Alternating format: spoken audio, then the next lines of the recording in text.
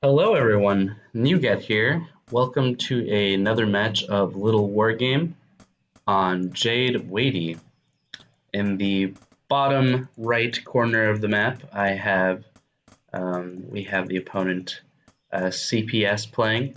In the top left, you have yours truly playing the red pieces. This was a match I was able to play, I think 2 days ago. I think last Wednesday actually, or Tuesday. And this is the second game that I and CpS were able to play in this particular session. In the previous game, he had played. I believe we had played Rax versus Rax against each other on Ravaged, and he did a very good job of defeating me.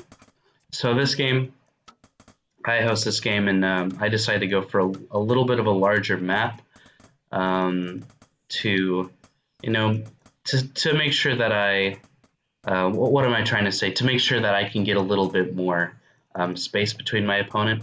Basically, my idea is to go for a fast expand, a fast castle, and then go forward from there, probably into beast play. We'll see what I do. Looks like my opponent decides to go uh, he decides to skip the house and go directly into the castle first. To me, I don't think that this is a smart or the smartest build, because I think that workers are so important that cutting workers in order to get more buildings, you basically stop yourself from being able to produce. So it looks like CpS is going for a very um, defensive building strategy, where these three buildings are basically going to finish at around the same time, 2 minutes and looks like 2 minutes and 20 seconds, 30 seconds, about that time. And then he's going to go straight into worker production and then macro up from there. While as I'm going to finish up my castle a little bit later than that, but I'm going to have army production going on. I'm going to be probably in a better spot for workers as well. Yes, I'll have 2 more workers than he will, and we're relatively in the same spot. Economically, about to be on 2 bases. So we're both on 2 bases. He has this defensive tower.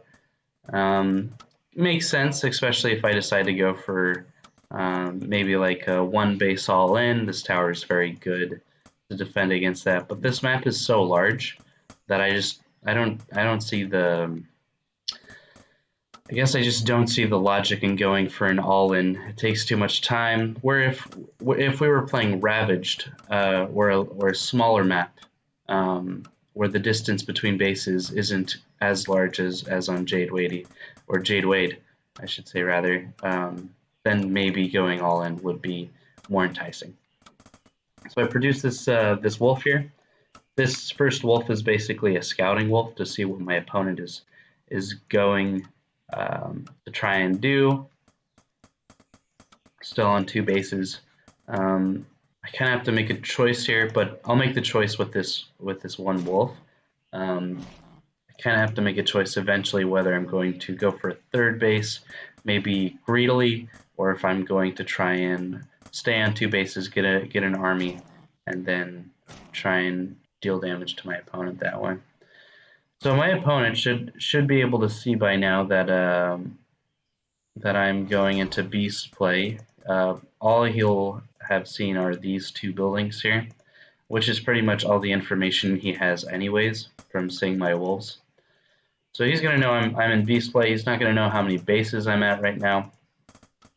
And currently I'm not really at a position where I can go to 3 bases yet, because I really want to see what my opponent has done. If he was on 1 base, had a huge army, and he was moving out, no way can I go into 3 bases, because I would need to go into army to prepare myself. Looks like once I see these Gatling guns and basically his defensive position, I decide to go for snakes. Snakes are pretty good in terms of getting damage when your wolves are in their concave attacking your opponent. Trying to stay ahead of the supply. I should probably be building workers, but I think at this point I could even go for I could even go for a third base, seeing what my opponent is doing. He's basically doing a defensive. You know, I'm gonna accumulate an army.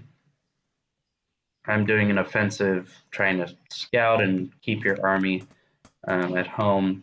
And it looks like that's what I decided to do. I go for 3 bases. Okay, pretty cool. Pretty cool. I do have my castles hotkeyed. I think right away, one thing that I could learn from this game is to always check my castles, because producing workers is the most important thing you can do in this game, because the more workers you produce, the more money you'll get and the more army you can make. All right, so I see that he's kind of got this army around, so I'm basically trying to set up this surround where if he moves out, if he moves out here, he'll get flanked by the army here, and you'll get flanked by the army there. At this point, I don't see this. It's kind of a move out. I don't see this. I really wish I would have put a wolf here to basically check to see if he was ever going for any third bases. Macroing at home, though, like I start getting upgrades and everything, so I'm kind of focused on my macro play at this point, getting more supply. I maybe should have gotten 1 house instead of 2. But like I was saying, I'm basically trying to set up this fight so that it'll be successful when it does come to happen. It's building another power. Oh, this is something I wanted to show. My opponent goes for Gyrocraft, and I think that's extremely interesting. Gyrocraft are pretty strong, especially against wolves, as wolves can't attack up, but Gyrocraft can. Oh, and I see these catapults, and so basically what I try and do is I try and get my wolves to go in and surround those catapults while I have all my other wolves in for the fight. So I really just try and go in here, try and do as much damage as I can, and then once I see that this is basically a losing fight, I basically try and leave here. Or maybe I decide not to. Let's see what I do here. I should have decided to leave a little bit earlier. I'm accumulating a little bit of money, and I really should be spending it. I think I do that in just a second here. Yes, once I see right away that I have money in the bank, I always try and spend it. At the same time, something that I did want to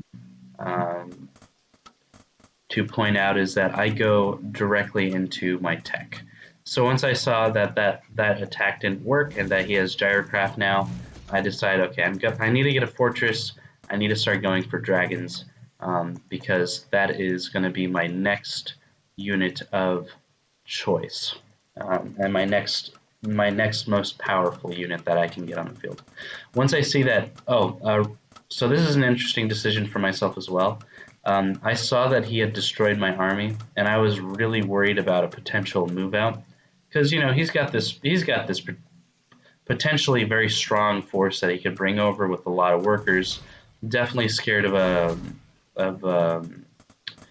2 base all in that sense. So I decided, okay, if he's gonna all in me, I need to get as much production out as I can so I can get an army to answer that, as well as I have a lot of open supply, and I really need to fill that up. I really need to get rid of some of my resources, right? I think I sent out this worker here to build a castle in this location, and it looks like that's what I am up to, building another house. My opponent, constantly producing, doing a good job of staying on 3 bases and producing an army, keeping his resources relatively low. And it looks like he's going for this advanced workshop, so that'll be really interesting to see what he goes for. At this point, I had a considerable amount of army at home, so I decided to send out half of it to kind of harass my opponent here. So basically going for run-bys where I can try and do a lot of damage to his worker line. The moment I see that his units, or basically his whole army is here, I decide to run away, right? This basically did its job in the sense of I did a little bit of harassment, did a little bit of damage, and now I have an idea of where his bases are at.